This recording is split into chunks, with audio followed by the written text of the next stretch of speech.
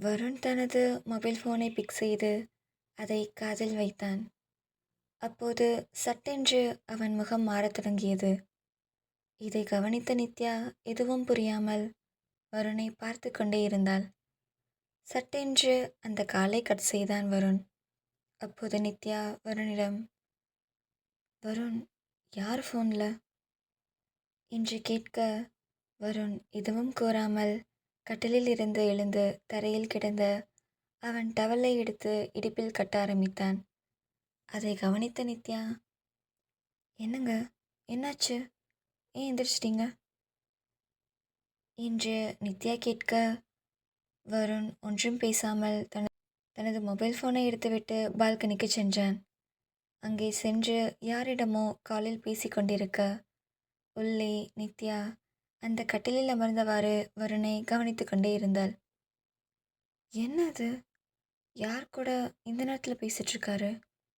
வருண் முகமே மாறிடுச்சு. யாரா இருக்கும் என்று யோசித்தபடி அமர்ந்திருந்தாள். அப்போது பால்கனியிலிருந்து உள்ளே நுழைந்த வருண் தன் கபோர்டை திறந்து வேகமாக ஒரு டிஷர்ட் மற்றும் ஒரு ஷார்ட்ஸை எடுத்து அணிந்து கொண்டிருந்தான். அதை கவனித்த நித்யா, வருண், என்னாச்சு, யார் கூட பேசிட்டு இருந்தீங்க? ஆமாம், இந்த நேரத்தில் எங்கே கிளம்பிட்டீங்க என்று நித்யா வருணிடம் கேட்க, ஒன்றும் இல்லடி, ஒரு முக்கியமான வேலை, போயிட்டு சீக்கிரம் வந்துடுறேன், நீ தூங்கு என்று கூறிவிட்டு தனது மொபைல் ஃபோன் மற்றும் பைக் சாவியை எடுத்துக்கொண்டு அந்த அறையிலிருந்து வேகமாக புறப்பட்டான். என்ன ஆச்சு வருணுக்கு? இந்த நேரத்தில் எங்கே கிளம்பி போகிறாரு? வருண் முகமே சரியில்லையே, ஏதாச்சும் பிரச்சனையாக இருக்குமோ என்று யோசித்தபடி நித்யா கட்டிலில் படுத்து தூங்க ஆரம்பித்தாள். ஆனால் அவளுக்கு தூக்கமே வரவில்லை. வருணை பற்றியே யோசித்து கொண்டு தூக்கம் இல்லாமல் அங்கும் இங்கும் புரண்டு படுத்து கொண்டிருந்தாள். மணி 2 ஆச்சு. வருண் இன்னும் வீட்டுக்கு வரல. எங்கே போயிருப்பாரு? சரி, கால் பண்ணி பார்க்கலாம் என்று யோசித்துவிட்டு தன் மொபைல் ஃபோனில் வருணிற்கு கால் செய்தாள். ஆனால் வருண் நித்யாவின் காலை கட் செய்து கொண்டிருந்தான். என்ன, இத்தனை டைம் கூப்பிட்றேன், காலை கட் பண்ணிகிட்டே இருக்காரு. சரி, ஏதாச்சும் முக்கியமான வேலையாக இருப்பார், நம்ம டிஸ்டர்ப் பண்ண வேணாம் என்று யோசித்துவிட்டு கட்டிலில் படுத்து உறங்க முயன்றாள் நித்யா. இப்படியே அந்த இரவும் கழிந்தது. காலை வேளையில் அந்த பால்கனியில் இருந்து சூரிய வெளிச்சம் நித்யாவின் முகத்தில் அடிக்க சற்று சோம்பல் முறித்தபடி தூக்கத்திலிருந்து முழித்தாள் நித்யா. அப்போது நித்யாவின் அருகில் குப்புற படுத்தபடி வருண் நன்றாக தூங்கிக் கொண்டிருப்பதை கவனித்தாள். வருணை கண்ட நித்யா சந்தோஷத்தில் அவன் அருகில் சென்று அவனை காதலோடு இறுக்கமாக அணைத்து அவன் கன்னத்தில் முத்தமிட்டாள். வருண், ஆமாம், நீங்கள் எப்போ வீட்டுக்கு வந்தீங்க என்று அவனை அணைத்தபடி நித்யா கேட்க, ஏய், தூங்கிட்டுருக்கன்ல, டிஸ்டர்ப் பண்ணாதடி, கையெடு என்று களைப்பான குரலில் வருண் கூற, நித்யாவும் வருண் மிகவும் களைப்பாக இருக்கிறான் என்பதை அறிந்து அவனிடமிருந்து விலகினாள். வருணை தொந்தரவு செய்ய வேண்டாம் என்று எண்ணி அவனுக்கு அந்த பெட்ஷீட்டை நன்றாக போத்திவிட்டு அவன் முடியை வருடியபடி அவன் நெற்றியில் முத்தமிட்டு அங்கிருந்து குளியலறைக்கு சென்றாள் நித்யா. குளித்துவிட்டு கிச்சனுக்கு சென்று சமையல் வேலைகளை பார்க்க ஆரம்பித்தாள். அப்போது வருண் அறையிலிருந்து வெளியே வருவதை கவனித்தாள். நித்யா வேகமாக வருணின் அருகே சென்றவள், வருண், எங்க எங்கே கிளம்பிட்டீங்க என்று கேட்க, ஒன்றும் இல்லடி, பேங்க்கில் கொஞ்சம் முக்கியமான வேலை இருக்குது, நான் சீக்கிரம் போகணும், அதான் என்று தன் கைக்கடிகாரத்தை மாட்டிக்கொண்டே கூறினான் வருண். என்னங்க, மணி 7:30 தான் ஆகுது, இவ்வளோ சீக்கிரம் கிளம்பிட்டீங்க? ஏய், அதான் சொல்கிறேன்லடி, முக்கியமான வேலை இருக்குன்னு, அப்புறம் இதுக்கு சும்மா சும்மா கேள்வி கேட்டுட்ருக்க என்று வருண் சற்று கோபமாக கேட்க, இல்லைங்க, இவ்வளோ சீக்கிரம் கிளம்பிட்டீங்க, இன்னும் சமையல் வேலை கூட முடியலை, அதான் நீங்கள் எப்படி சாப்பிடுவீங்கன்னு கேட்டேன். எனக்கு சாப்பாடெலாம் ஒன்றும் வேணாம், நான் வெளியே சாப்பிட்டுக்கிறேன் என்று கூறிவிட்டு தனது பைக் சாவியை எடுத்துக்கொண்டு வேகமாக வெளியே சென்று விட்டான் வருண். வருணின் இந்த நடவடிக்கை நித்யாவிற்கு புதிதாக இருந்தது. ஆனால் நித்யா இதை பெரிதாக எடுத்துக்கொள்ளவில்லை. மீண்டும் கிச்சனுக்குள் சென்று தன் வேலைகளை பார்க்க ஆரம்பித்தாள். நித்யாவும் தன் காலேஜுக்கு கிளம்பிவிட்டு ஒரு ஆட்டோவில் வந்து இறங்கினாள். அதை கவனித்த நித்யாவின் தோழி அனு நித்யாவிடம் ஓடி வந்து, ஏய் நித்யா, என்னடி ஆட்டோவில் வந்து இறங்குற? உன்னோட ஹேண்ட்ஸமான ஹஸ்பண்ட் எங்க? என்று அனு நித்யாவிடம் கேட்க, ஒன்றும் இல்லடி, வருணுக்கு பேங்க்கில் கொஞ்சம் முக்கியமான வேலை இருந்துச்சு, அதான் சீக்கிரமாகவே கிளம்பி போயிட்டாரு என்று நித்யா கூற, அப்போது அனு நித்யாவிடம் சற்று சிரித்துக்கொண்டே, அப்புறம் என்ன நித்யா, நேற்று நைட்டு ஃபுல்லாக ஒரே ஜாலி தான் போலையே. உன் ரொமான்டிக்கான புருஷன் உன்னை விட்டு 1 வீக் பிரிஞ்சிருந்ததுக்கு மொத்தமாக சேர்த்து வச்சு அன்பை பொழிஞ்சிருப்பாரே. என்ன, நான் சொல்கிறது கரெக்ட் தானே என்று அனு விளையாட்டாக கூற, ஏய் சி வாய் முட்டுவாடி என்று நித்யாவும் சிரித்துக்கொண்டே இருவரும் கல்லூரியின் உள்ளே நுழைந்தனர். இப்படியே நேரம் செல்ல நித்யா கேன்டீனில் அந்த நாற்காலியில் அமர்ந்தபடி வெகு நேரமாக யாருக்கோ தனது ஃபோனில் கால் டைப் செய்து கொண்டிருந்தாள். அதை கவனித்த அனு, நித்யா என்னடி, நானும் பார்க்குறேன், எப்போ பார்த்தாலும் யாருக்கோ கால் பண்ணிகிட்டே இருக்க என்று அனு கேட்க, ஒன்றும் இல்லை அனு, வருணுக்கு தான் கால் பண்ணுறேன். ஆனால் அவர் ஃபோனை எடுக்கவே மாட்டேங்கிறாரு.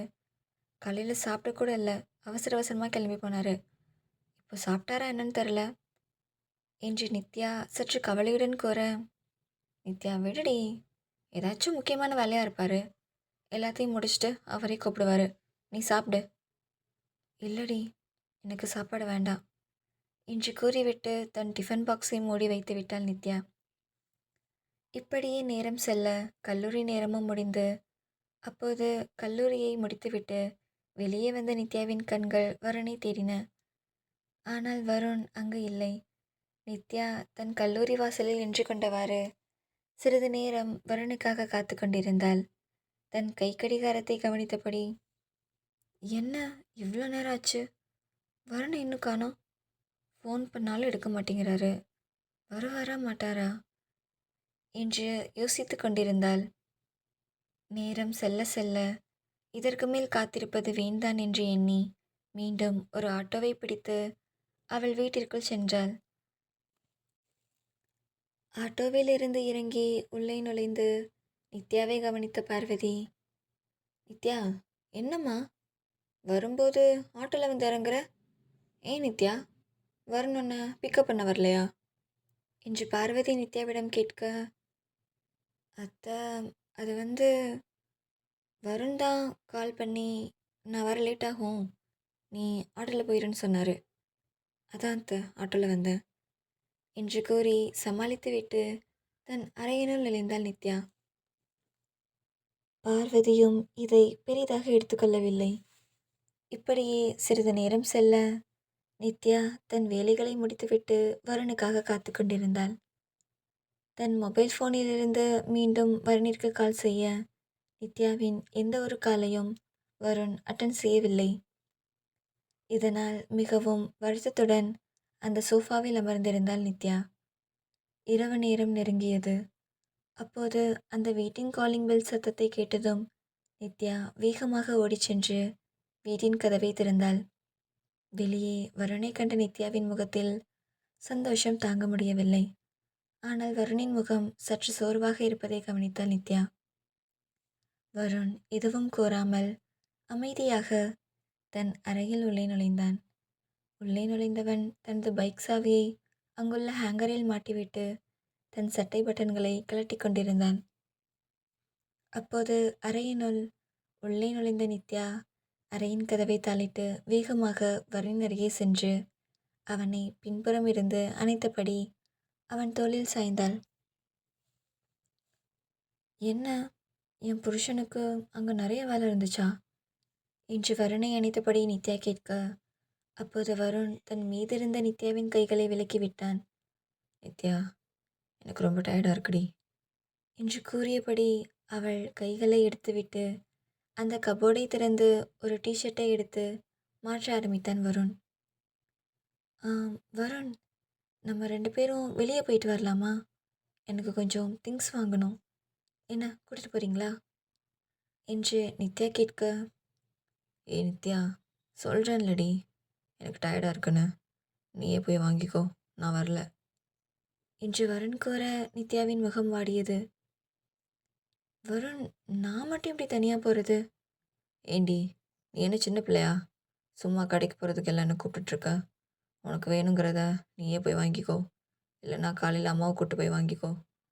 எனக்கு ரொம்ப டயர்டாக இருக்குது, நான் தூங்கணும், என்னை டிஸ்டர்ப் பண்ணாத என்று கூறியபடி வருண் அந்த கட்டிலில் சென்று படுத்து கொண்டான்.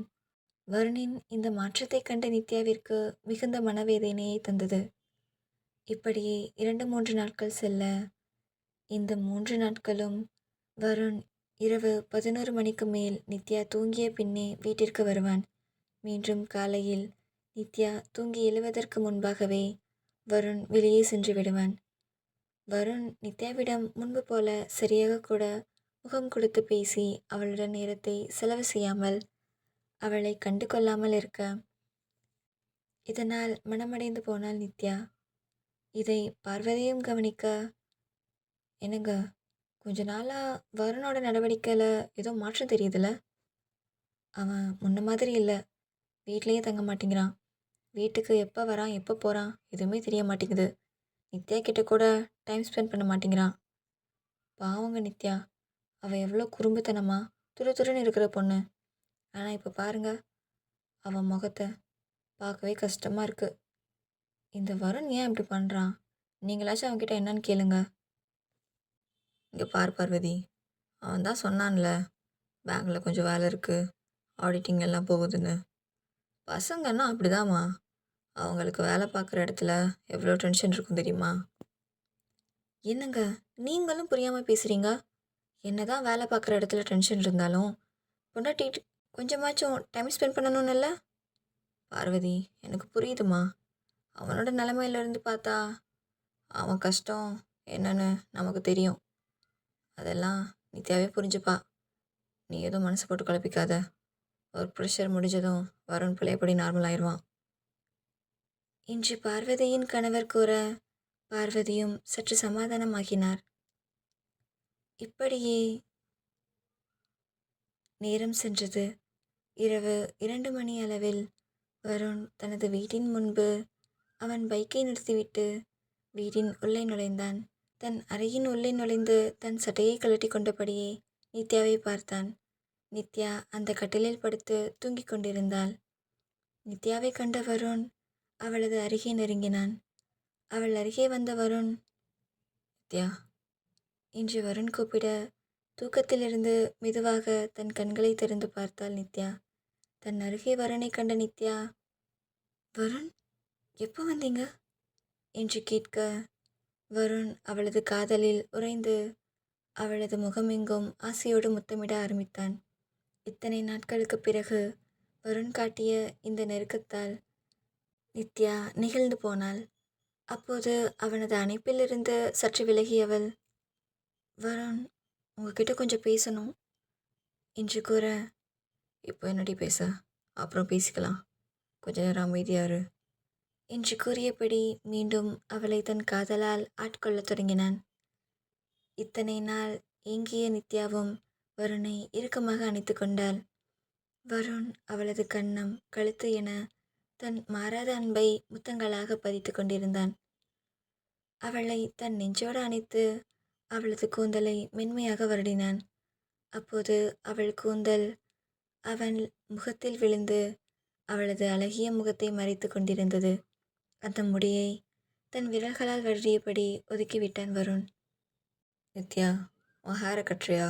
ரொம்ப டிஸ்டர்பன்ஸாக இருக்குது என்று மூச்சு வாங்கி கொண்டே வருண் கூற, நித்யா சற்று சிரித்து கொண்டே கட்டிலில் இருந்து எழுந்து தன் தலைமுடியை ரப்பர் பேண்டை வைத்து ஒரு போனிடெயில் போட்டுக்கொண்டு முடிந்து கொண்டாள். மீண்டும் வருணின் அன்பான அணைப்புக்குள் புகுந்து கொண்டாள். நித்யா வருணும் அவளை தழுவி தன் காதலில் எல்லையை தொட்டு கொண்டிருந்தான். அப்போது திடீரென்று வருணின் ஃபோனிற்கு அழைப்பு வர நித்யாவை அணைத்தவாறே தன் பேண்ட் பாக்கெட்டில் உள்ள மொபைல் ஃபோனை எடுத்து பார்த்தான் வருண். அந்த மொபைல் நம்பரை பார்த்ததும் வருண் அந்த காலை கட் செய்துவிட்டு நித்யாவை விட்டு சட்டென்று எழுந்தான். கீழே இறங்கியவன் மீண்டும் தன் சட்டையை எடுத்து மாட்டிக்கொள்ள அதை கவனித்த நித்யா, வருண் என்னாச்சு? மறுபடியும் எங்கே கிளம்பிட்டீங்க? அதுவும் இந்த நேரத்தில் என்று நித்யா சற்று கோபமாக ஆதங்கத்துடன் கேட்க, நித்யா, ஒரு முக்கியமான வேலை, நான் வந்து சொல்கிறேன் என்று கூறியபடி தன் சட்டை பட்டன்களை மாட்டிக்கொண்டே வருண் அங்கிருந்து கிளம்ப, அப்போது நித்யா வருணின் கையை இறுக்க பிடித்து கொண்டாள். வருண், எங்கே போகிறீங்க? நானும் கொஞ்ச நாளாக கவனிச்சுட்டு தான் இருக்கேன். நீங்கள் எங்கே போகிறீங்க, எப்போ வீட்டுக்கு வரீங்க, எதுவுமே புரிய மாட்டேங்குது. அப்படி யாரை பார்க்க போகிறீங்க? என்கிட்ட ஏதாச்சும் மறைக்கிறீங்களா? இப்போ என்னென்னு சொல்ல போகிறீங்களா இல்லையா வருண் என்று நித்யா கோபமாக கேட்க, சற்றென்று வருண், இங்கே பாருடி, அதான் முக்கியமான வேலைன்னு சொல்கிறேன்ல, எல்லாத்தையும் உங்ககிட்ட சொல்லிட்டு இருக்க முடியாது என்று நித்யாவின் கைகளை உதறிவிட்டு அங்கிருந்து கிளம்பினான் வருண். நித்யாவின் கண்கள் கலங்க ஆரம்பித்தன. வருணின் இந்த மாற்றத்தை சற்றும் எதிர்பாராத நித்யா என்னவென்று புரியாமல் யோசித்து கொண்டே அந்த கட்டிலில் உள்ள தலையணையை இறுக்கி அணைத்தபடி படுத்து கொண்டாள். இப்படியே நாட்கள் செல்ல ஆரம்பித்தன. வருண் மற்றும் நித்யா இருவருக்கும் இடையே இடைவெளி அதிகரித்தது. இருவரும் சரியாக பேசிக்கொள்ளவில்லை. வருண் வீட்டில் இருக்கும் நேரமும் குறைந்தது. இப்படியே அவர்களின் அழகான காதல் வாழ்க்கையில் சின்ன விரிசல் ஏற்பட்டது. ஒரு நாள் கல்லூரியில் நித்யா வழக்கம் போல வருணை பற்றி சிந்தித்தவாறு சோகமாக அமர்ந்திருந்தாள். அதை கவனித்த அனு, நித்யா, என்னாச்சுடி உனக்கு? நானும் கொஞ்ச நாளாக கவனிச்சுட்டு தான் இருக்கேன். நீ ஏன் இப்படி இருக்க? உன் மைண்டில் ஏதோ ஓடிட்டே இருக்கு, ஆனால் என்கிட்ட சொல்ல மாட்டேங்கிற. என்னடியாச்சு? வருணுக்கும் உனக்கும் ஏதாச்சும் ப்ராப்ளமா என்று அனு கேட்க, சட்டென்று அணுவை இறுக்கமாக அணைத்தபடி அழத் தொடங்கினாள் நித்யா. ஏய் நித்யா, என்னாச்சு? எதுக்குடி அழுற என்று அனு கேட்க, அனு, வருண் என்ன ஏதோ அவாய்ட் பண்ணுறாருன்னு தோணுது என்று நித்யா கூற, ஏய் என்னடி சொல்கிற? நித்யா, நீ ஏன் எதுவும் யோசிச்சுட்ருக்காத, அப்படிலாம் எதுவும் இருக்காது என்று அனுவும் நித்யாவை சமாதானம் செய்தாள். இல்லை அனு, நாங்கள் ஒழுங்காக பேசி எவ்வளோ நாள் ஆச்சு தெரியுமா? அவர் இப்போல்லாம் வீட்டிலையே இருக்க மாட்டேங்கிறாரு. இங்கே பாரு நித்யா, அவருக்கு ஏதாச்சும் ஒர்க் ப்ரெஷராக இருக்கும்டி, அதனால் கூட இப்படிலாம் பண்ணலாம்ல, வேறு எதுவும் இருக்காதுடி. இல்லை அனு, நானும் அப்படி தான் நினச்சேன். ஆனால் அவர் வேணும்னே பண்ணுற மாதிரி தான் இருக்குது. எவ்வளோ ஒர்க் ப்ரெஷராக இருந்தாலும் அட்லீஸ்ட் ஒரு கால் அட்டன் பண்ணி என் கூட பேசுகிறதுக்கு என்ன? வருண் ரொம்ப மாறிட்டார் அனு. அவர் ஏன் இப்படி இருக்காருன்னு எனக்கு சுத்தமாக தெரியல. எனக்கு ரொம்ப கஷ்டமாக இருக்குடி என்று நித்யா வருத்தத்துடன் பேசிக்கொண்டிருந்தாள். நித்யாவை இப்படி காண அணுவிற்கும் கஷ்டமாகத்தான் இருந்தது. அவளும் நித்யாவை அணைத்தபடி சமாதானம் செய்து கொண்டிருந்தாள். அன்று மாலை வேளையில் நித்யா தன் வீட்டில் வருணை நினைத்தபடியே அமைதியாக அமர்ந்திருந்தாள். அப்போது பார்வதி நித்யாவின் அருகே வந்து, நித்யா, வருண் எப்போ வருவான்னு தெரியுமாம்மா? உனக்கு எதுவும் கால் பண்ணானா என்று பார்வதி நித்யாவிடம் கேட்க, இல்லைத்த, அவர் எதுவும் கால் பண்ணல. எப்போ வருவாருன்னு எனக்கு சரியாக தெரியல. ஓ அப்படியாம்மா, சரி நித்யா, வீட்டில் கொஞ்சம் திங்ஸ் எல்லாம் வாங்கணும், நான் பக்கத்தில் சூப்பர் மார்க்கெட் வரைக்கும் போயிட்டு வரேன் என்று பார்வதி கூற, அத்தை நீங்கள் இருங்க, நான் போயிட்டு வரேன். பரவாயில்லம்மா, நான் போயிட்டு வந்துடுறேன். அத்தை, நான் சும்மா தானே இருக்கேன், நீங்கள் ரெஸ்ட் எடுங்க, நான் போயிட்டு வந்துடுறேன், கொடுங்க என்று தன் அத்தையின் கையிலிருந்து லிஸ்ட்டை வாங்கி கொண்டு அங்கிருந்து புறப்பட்டாள் நித்யா. அங்கே சூப்பர் மார்க்கெட்டில் வீட்டிற்கு தேவையான பொருட்களை எடுத்து வைத்து கொண்டிருந்தாள். அப்போது அங்கு வருண் பணிபுரியும் வங்கியில் ஏஜிஎம் நித்யாவை கண்டதும் அவள் அருகே சென்றான். என்னம்மா நித்யா, எப்படி இருக்க என்று கேட்டதும் அவரை கவனித்த நித்யா, சார் நீங்களா? நான் நல்லா இருக்கேன், நீங்கள் எப்படி இருக்கீங்க? இருக்கம்மா. என்ன வீட்டுக்கு ஷாப்பிங்கா? ஆமாம் சார். என்னம்மா நீ மட்டுமா வந்திருக்க? வருண் எங்க? வரலையா என்று அவர் கேட்க, இல்லை சார், அவர் வரல. நான் மட்டும்தான் வந்தேன். சரி நித்யா, வருண் என்ன பண்ணுறான்? அவனை பார்த்தே 1 வீக்குக்கு மேலே ஆச்சு. என்ன, ரொம்ப பிஸியாக இருக்கானா என்று அவர் கேட்டதும் சற்று சந்தேகத்துடன், என்ன சார், வருண் பேங்க்கில் தானே இருந்திருப்பாரு, நீங்கள் அவரை பார்க்கலையா என்று நித்யா கேட்க, நித்யா என்னம்மா சொல்கிற? வருண் பேங்க்குக்கு வந்து 1 வாரம் ஆச்சு. ஏதோ பர்சனல் வேலை இருக்குன்னு 1 வீக் என்கிட்ட லீவ் சொல்லிட்டு தானம்மா போனான் என்று அவர் கூறியதை கேட்டதும் நித்யாவிற்கு அதிர்ச்சி தாங்க முடியவில்லை. என்ன, வருண் பேங்க்குக்கு போகலையா? பேங்க்கில் தானே ஏதோ வேலை இருக்குன்னு இத்தனை நாள் சொல்லிட்டு இருந்தாரு. அப்போ வருண் எங்கே போகிறாரு என்று சிந்திக்க ஆரம்பித்தாள் நித்யா. நித்யா, என்னம்மா, வருண் லீவ் போட்டது உனக்கு தெரியாதா என்று அவர் கேட்க சற்று போலியான சிரிப்புடன், ஆ ஆ சார், தெரியும் தெரியும், நான் தான் டக்குன்னு மறந்துட்டேன். வருண் என்கிட்ட சொல்லாமல் எதுவும் பண்ண மாட்டார் என்று நித்யா கூறியதும், ஆமாம் ஆமாம், வருணுக்கு அவன் பொண்டாட்டி தான் எல்லாமே. வாடா பார்ட்டிக்கு போகலாம்னு கூப்பிட்டா கூட என் பொண்டாட்டிக்கிட்ட கேட்டுட்டு வரேன்னு உன்கிட்ட பெர்மிஷன் கேட்டுட்டு தான் வருவான் என்று அவர் கூற, நித்யா அந்த போலியான சிரிப்பிலேயே, சார், எனக்கு டைம் ஆச்சு, நான் கிளம்புறேன் என்று கூறிவிட்டு அங்கிருந்து வேகமாக புறப்பட்டாள். செல்லும் வழியில் என்ன நடக்குது இங்க? வருண் என்கிட்ட ஏதாச்சும் மறைக்கிறாரா? இதுக்காக போய் சொல்லிட்டு போகணும்? அப்படி யாரை பார்க்க போகிறாரு? அவர் ஏதாச்சும் தப்பு பண்ணுறாரா? சச்சே, அப்படிலாம் இருக்காது. ஆனால் ஏன் என்கிட்ட இருந்து இதை மறைக்கணும் என்று தன் மனதிற்குள் பல கேள்விகளுடன் சாலையில் நடந்து கொண்டிருக்க, அப்போது அந்த டிராஃபிக் சிக்னலில் சாலையை கடக்க நின்று கொண்டிருக்கும் போது அங்கு தூரத்தில் வருண் தனது பைக்கில் சிக்னலுக்காக காத்து கொண்டிருப்பதை கவனித்தாள். வருணை கூப்பிடலாம் என்று யோசிக்க, அப்போது சிக்னல் விழுந்து வருணின் பைக் அங்கிருந்து கிளம்ப ஆரம்பித்தது. அப்போது வருணின் பைக்கில் அவன் பின்னால் ஒரு பெண் உட்கார்ந்திருப்பதை கவனித்தவள் அதிர்ச்சியில் உறைந்து போனாள். ஏனெனில் வருணின் பின்னால் அமர்ந்திருந்தது வருணின் முன்னாள் மனைவி பவித்ரா.